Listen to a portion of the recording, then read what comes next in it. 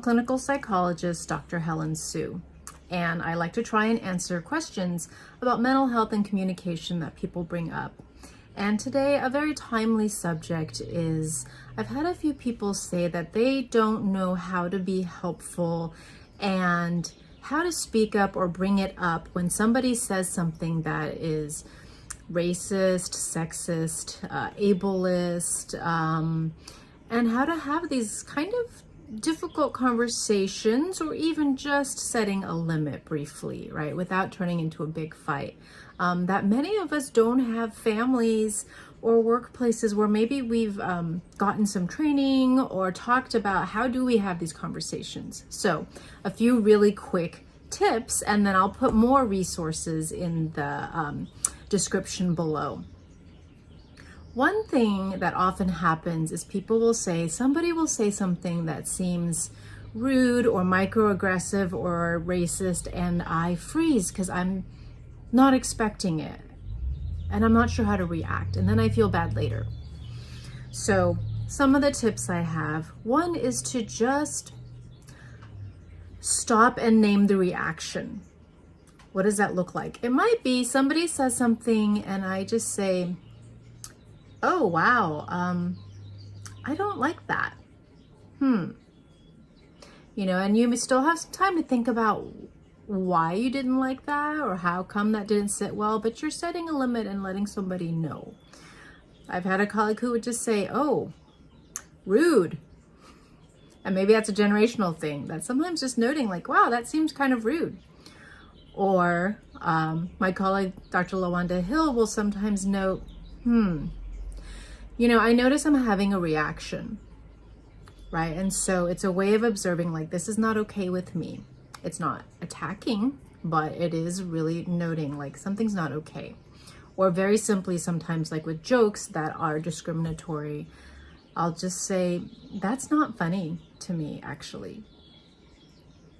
And we also talk about trying to call somebody in, right? Because often people will say rude things, kind of ignorant or microaggressive. It doesn't mean they're a horrible person, but how do we call them in? Meaning, instead of just like shutting them down, getting in a fight, which is what a lot of us are afraid of, saying something like, for one, maybe reflecting values, right? Somebody says something maybe at a family gathering, and I just want to say, I don't feel like that comment is in line with like our values or what I know about you to care about. Like, can we talk about that? I thought we were, a caring and egalitarian family, or wow, I think that I have a good friend who, is queer or disabled or something. I don't find this joke funny. Like, it concerns me. Like, reminding someone of what their values are. And one is sometimes, can we talk about that? Or I'm trying to understand what you meant by that you're asking them for something. You're not shutting them down, right? It's kind of just owning your response. Like, yeah, that really bothers me. I'm not attacking you, or we don't have to have a fight, but I want to let you know that I'm not okay with that. I don't want that to be our norm. And I hope that you will think about what you're putting forth in the world. Although it may seem small, microaggressions and micro insults, micro invalidations, racist, homophobic, ableist things, they add up and they create a lot of stress for people who are marginalized, and it's not okay.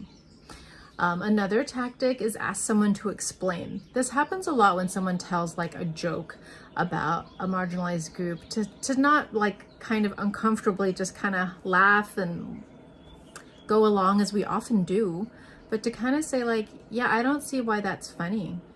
Can you explain to me what you meant by that? And that often makes a person have to think about like, what was I implying, or what did I mean by that? You can talk about desired behaviors. That's another alternative. Again, we're not here just to fight or anything, but like, I really wish that you would talk about something like this instead, or I would love it if you would ask me about something that you don't understand about a group or about a situation, and we could talk about it. So really, I'd really love it more if you were more inclusive, or I would love it if you would set a good role modeling for our kids or for this work team, right? So talk about the desired behavior.